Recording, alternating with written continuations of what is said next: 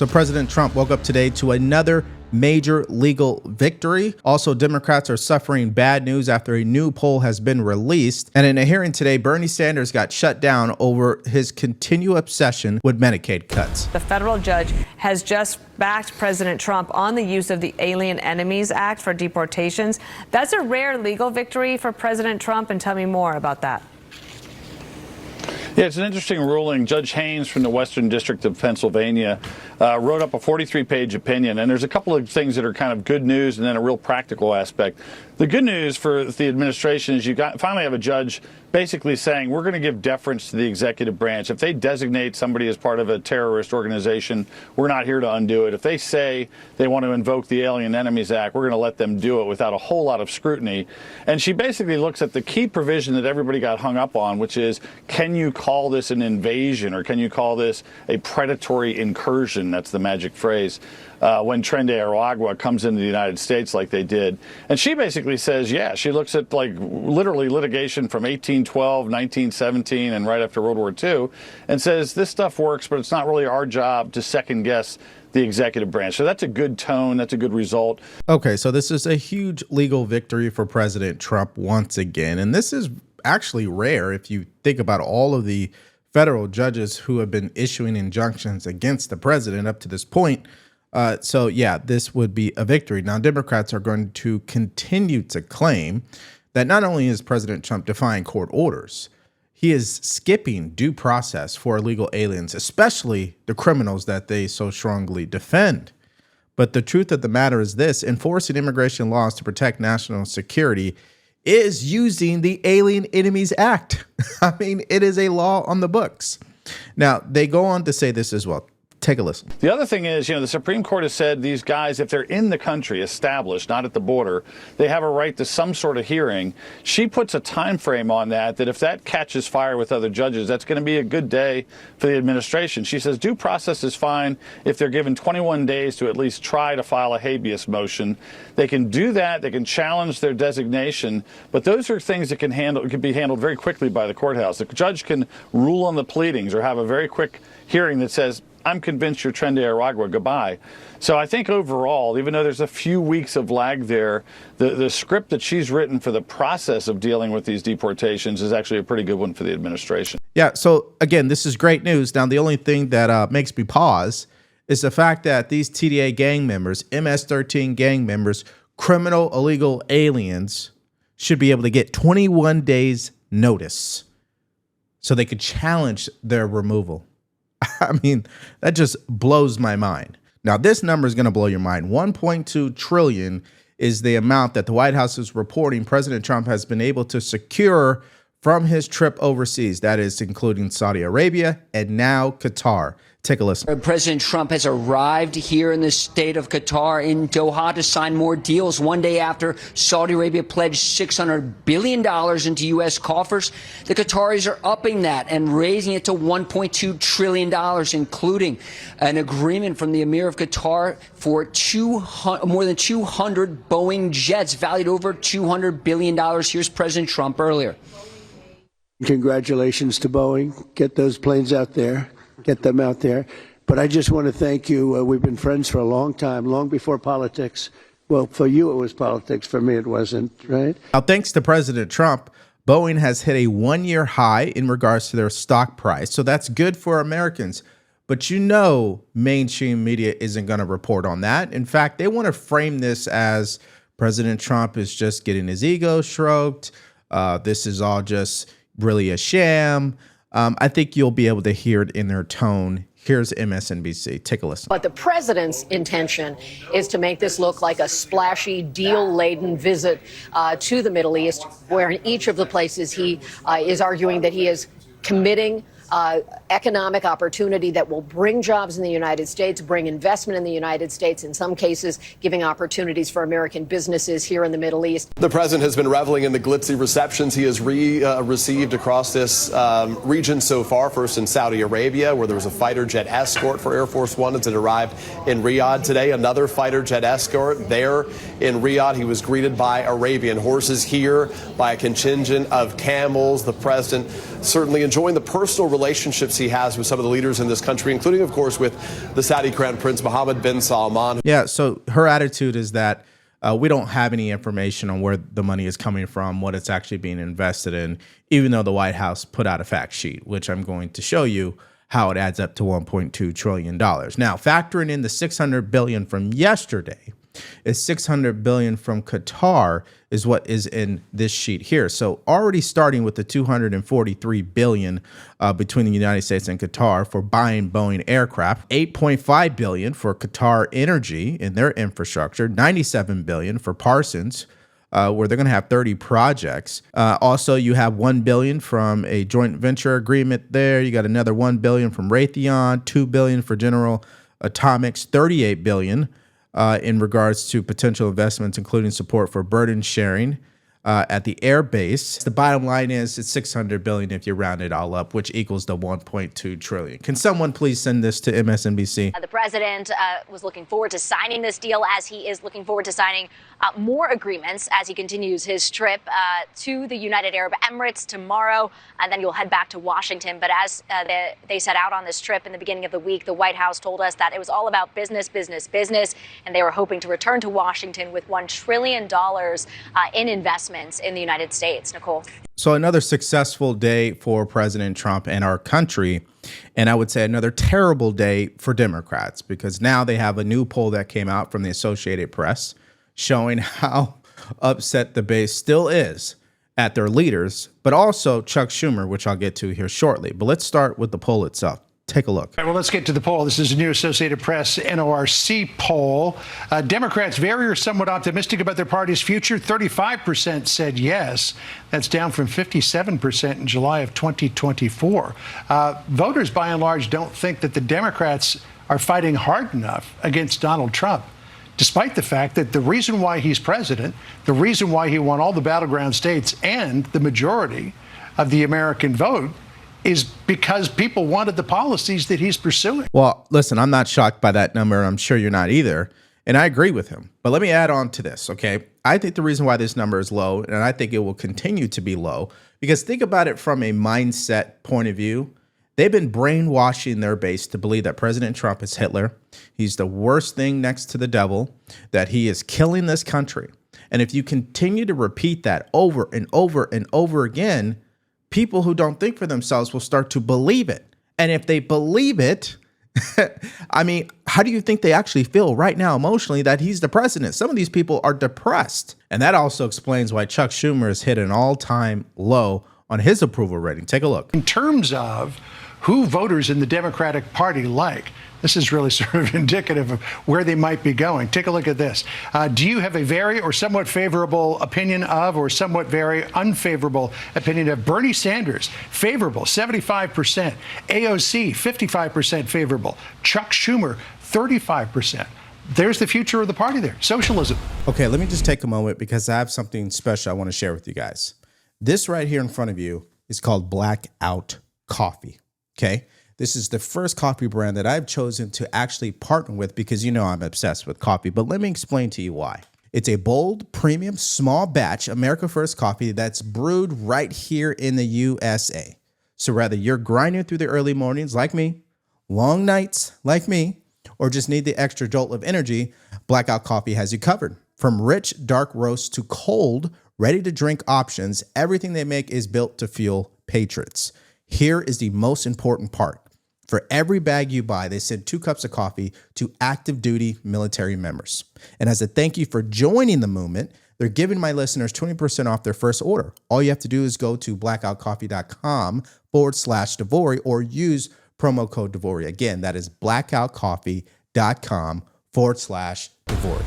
Well, there are some problems here in that obviously Bernie Sanders is probably way too old to run for president and yet still retains this popularity. That Democrat Party establishment worked so hard to prevent him from getting the nomination in 2016, in 2020, and he still is popular. But I wouldn't be surprised if you start seeing some people from outside the party who are being talked about. People are kind of tired of the options that they've been given in the Democrat Party. And just as Trump took over the Republican Party from the outside, you might see someone having more success from the outside.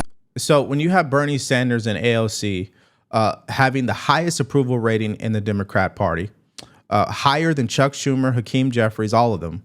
I think that tells you exactly where the party is at today.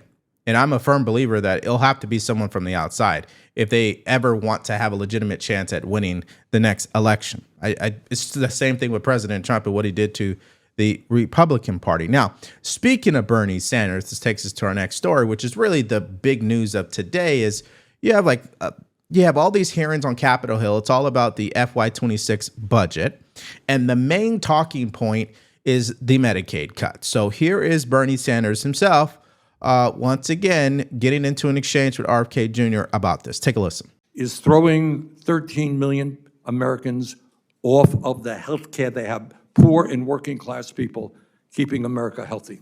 Well, I haven't seen that number. I've seen the number 8 million. And here are the people, the cuts are not true cuts. The cuts are eliminations of waste, abuse, and fraud. And I can go through.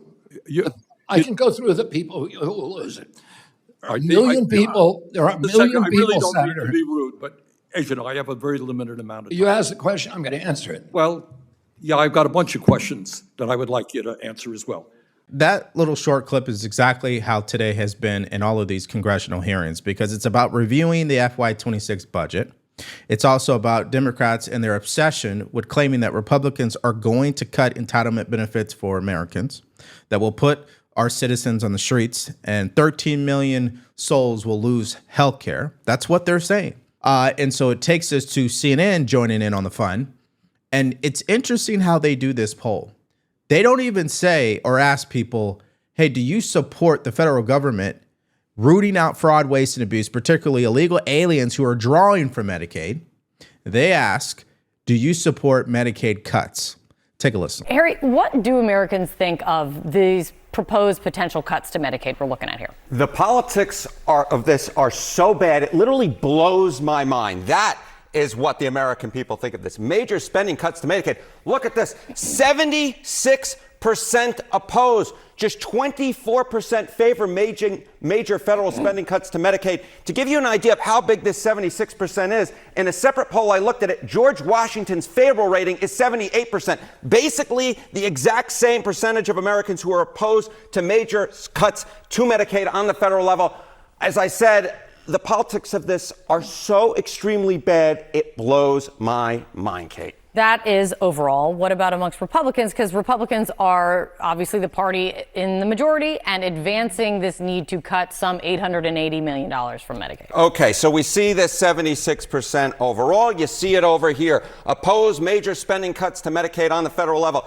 You get 95% of Democrats opposed, 79% of independents, and you even get a majority of Republicans. 55% oppose major spending cuts to Medicaid. This, simply put, is not popular on any part of the aisle. From the left all the way to the right, the opposition is in the majority. When you get a majority of Republicans, a majority of independents, a majority of Democrats to agree on anything, you know that is where the American public stands, and they stand strongly. And on this particular issue, they stand very strongly opposing major spending cuts to Medicaid. The politics of this, simply put, are atrocious. Of course it is. And everybody knows that. That's why CNN asked the question that they did.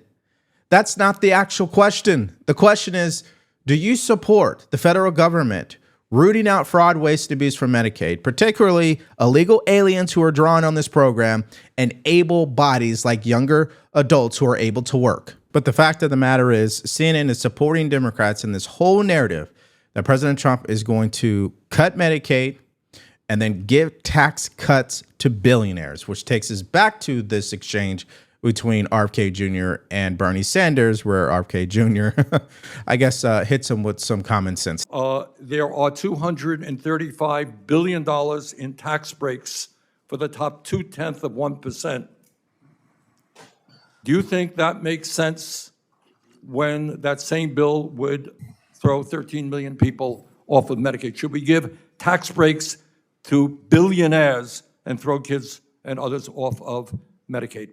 You're conflating the congressional bills with proposals from the president. The president No, I'm talking is about not the making congressional bill. I'm talking about the bill, the reconciliation bill. I mean, the president is not trying to do tax cuts for billionaires. He's trying to have no tax on tips and no tax for $235 billion by how the many estate people, tax. how many billionaires do you know that are making overtime or making any part of the $235 billion. Look, it's a big bill. There are a lot of provisions in it, but you cannot deny the top 0.2% will get $235 billion in tax breaks while we cut Medicaid. Yep, that's how it goes. You know, Bernie Sanders, even though, as you guys seen earlier, he's popular, this guy is full of it, okay?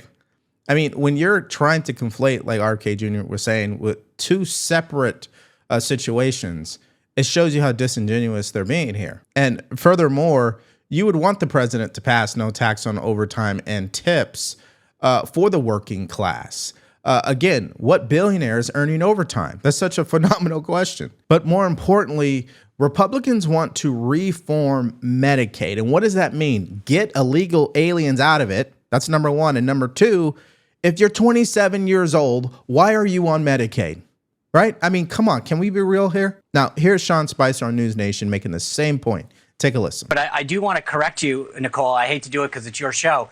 But when you reform a program to make sure that people who are ineligible to receive benefits or keeps illegals from getting taxpayer-funded benefits, that's not cuts. That's common sense reform. But I don't think think the it should concern actually be is a partisan issue. that it would be people who are eligible who would end up being hurt as well. That is I understand. Right. Right. No, I understand the talking points from the left and this faux outrage. But the reality is the bill goes after people who are able-bodied, that are abusing the program that wasn't intended for, or are illegally receiving benefits. Those are not cuts. That's actually common sense reforms that both parties should be on. In fact, I was amazed to see over the weekend, Sunday night, 60 Minutes, not exactly a conservative-leaning program, did a whole segment on the fact that there are upwards of $750 billion of improper payments going out the door right now. Again, this isn't a partisan issue. It's not a right-left. It's not a Republican-Democrat, conservative-liberal. It is common sense. And at some point, considering that we're $36 trillion in debt and run a $2 trillion a year deficit, it makes sense for both parties to get our fiscal house in order and making common sense reforms so that taxpayer money's not wasted and that we're not continuing to pile up debt. That entire take from Sean Spicer should just be played on repeat when Democrats start crying about Medicaid cuts, because it's just not the truth. And unfortunately, what frustrates me the most is that I know older people in our country, they listen to cable news, and cable news is on repeat, scaring the heck out of them with this entire Medicaid cut hoax. You honestly think both the House and the Senate Republicans are going to pass a bill cutting Medicaid? That is political suicide. And let's not forget, President Trump has kept his promises. He has promised not to do this. You think he's going to sign a bill with Medicaid cuts? Come on. Now, here is Speaker Johnson also answering questions about this. And as we're working to get this done, House Democrats are working overtime to deceive the American people about this. We've discussed it already this morning, but they're not talking about what the bill actually does. They're using talking points that are pretty stale. They're not afraid to lie about what's in it, and we're not afraid to tell the truth about what the Democrats are doing. They've already been forced to take down their advertisements because they were filled with falsehoods about what the bill supposedly was going to have in it. You probably saw last week, they're at it again. They released a CBO report, so-called, that claims that our legislation cuts many millions of Americans out of Medicaid.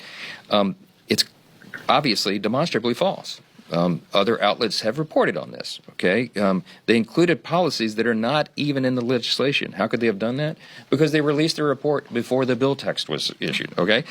And most of the media ran with that, okay? And I'm just going to say this to my friends in the media, on the Hill Press Corps in particular, right? If you allow Democrats to make these intentionally false claims without pushback, then you're aiding and abetting in the spread of misinformation. I mean, I'm stating the obvious. The job is to get the facts out there, so we hope you will. We said repeatedly, we are protecting Medicaid for the people who need and deserve it. This program is an essential lifeline for our most vulnerable Americans, pregnant women, single mothers, low-income seniors, the disabled.